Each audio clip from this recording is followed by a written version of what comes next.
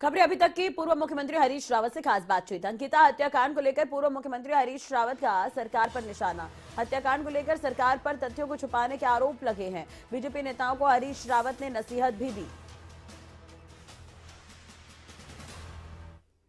रात का वक्त हो चुका है, सर्द हवाएं हैं, लेकिन पूर्व मुख्यमंत्री हरीश रावत अभी धरने पर बैठे हैं। जानते हैं सर, आप कह रहे हैं कि अंकिता हत्याकांड मामले में अभी जो तथ्य सामने आने चाहिए वो नहीं आ पा रहे हैं। अंकिता ने एक महत्वपूर्ण बात, जिसको डाइंग डिक्लेरेशन तो नहीं कहा जा सकता, लेकिन उसकी हत्या से पहले दिन दिया है, जिसमें उन्होंने कहा कि मेरे ऊपर दबाव डाला जा रहा है। एक वीआईपी यहाँ आ रहा है कल, उसको विशेष सेवा देने के लिए, और इस रिजॉर्ट में सब कुछ गड़बड़ है, और दूसरे दिन उसकी हत्या हो जाती है। फिर एक के बाद एक साक्ष्य मिटाने का दौर चलता है।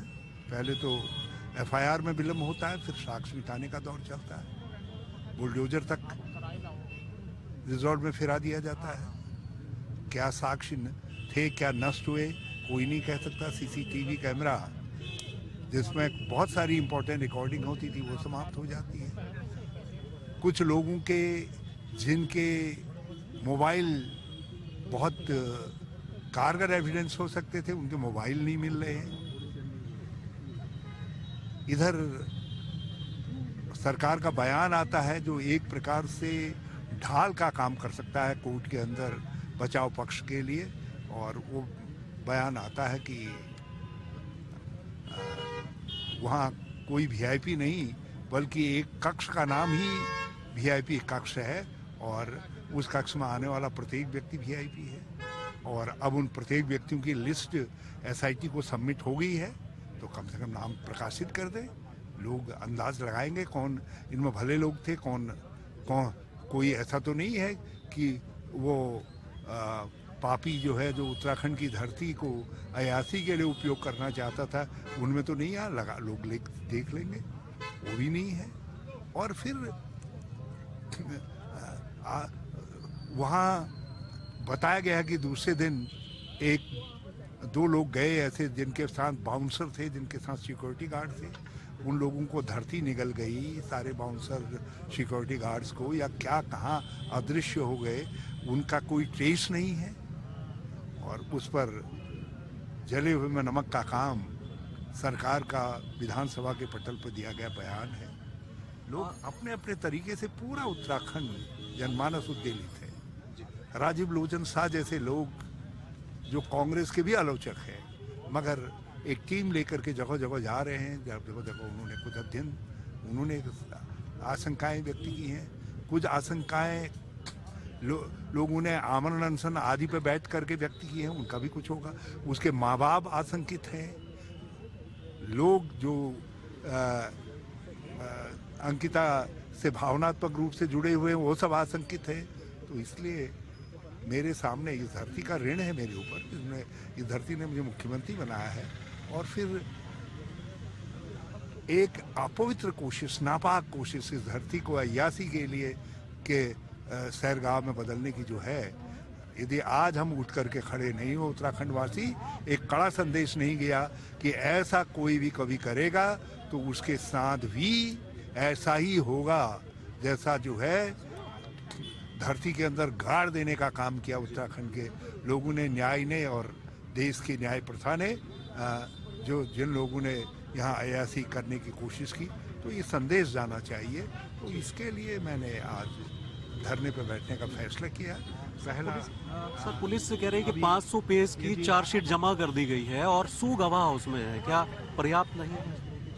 अब हम नहीं जानते क्या है क्या नहीं है, लेकिन वो वीआईपी लिस्ट कहाँ है, वो वीआईपी कौन है, बताएं। क्या छुपा करके दुल्हन को आखिरी दिन कोर्ट में प्रस्तुत करेंगे? क्या करेंगे? बताएं ना। फिर क्यों नहीं बता रहे? लोग अपने उत्तराखंड के प्रति इतना अपराध भाव रखने वाले, अपवित्र भाव रखने वाले उस व्यक्ति को जानना चाहते हैं, देखना चाहते हैं। सर आपके धरने पर आज सत्ता पक्ष का भी बयान है। 3 मंत्री लामबंद हुए, रेखा आर्य हैं, चंद्र रामदास हैं, सुबोध उनियाल है। तीनों के अलग अलग बयान है। सुबोध जी कह रहे हैं कि हरीश रावत जी को कोई काम नहीं है, रेखा जी कह रहे हैं कि कांग्रेस में फूट पड़ी है, उनको दिखती नहीं है, चंदन जी कह रहे हैं कि न्यायालय का मामला है, न्यायालय फैसला करेगा। क्या न्यायिक प्रक्रिया शुरू हो गई है? सरकार कह रही है कि खुद ही जो है हमारी एफआईआर जो है वो पूरी नहीं है, जो चार्जशीट लगी है वो पूरी नहीं है। अभी सप्लीमेंट्री चार्जशीट लगेंगे। अभी नार्को टेस्ट और पॉलीग्राफ टेस्ट, दूसरे टेस्टों की बात हो रही है। और तो ये कैसा किस एंगल से देख रहे हैं ये लोग कि जन भावना को जो है उसे घबरा रहे हैं। और रहा सवाल हमारे मित्रों का जो कह रहे हैं हरीश रावत के पास कोई काम नहीं है, तो उनको एक बात याद दिला दीजिएगा, हरीश रावत तक पहुंचने में अभी तुमको बहुत पापड़ बेलने पड़ेंगे। अपनी मति को ठीक रखो, तब हमारा आशीर्वाद है, आगे बढ़ोगे। और नहीं तो यदि मति ऐसी ही रही जैसी मति इस समय दिखा रहे हो तो अगली बार विधानसभा में भी नहीं दिखाई दो। सर एक सवाल और है, क्या राजनीतिक और गैर राजनीतिक दोनों का समर्थन यहाँ पर है? सबका है, सभी पक्षों के लोग आए थे, गैर राजनीतिक लोग भी आए थे। कोई राज्य सरकार की ओर से आश्वासन अभी तक आपके पास? हमने मांगा ही नहीं उनसे आश्वासन, क्योंकि मुख्यमंत्री ऐसा लगता है कि कुछ ऐसे मानसिक दबाव में हैं, लगता है ऐसा मुझको। नहीं तो ऐसा बयान विधानसभा के पटल पर कैसे दे दिया गया? क्या समझ रखा है उत्तराखंड को?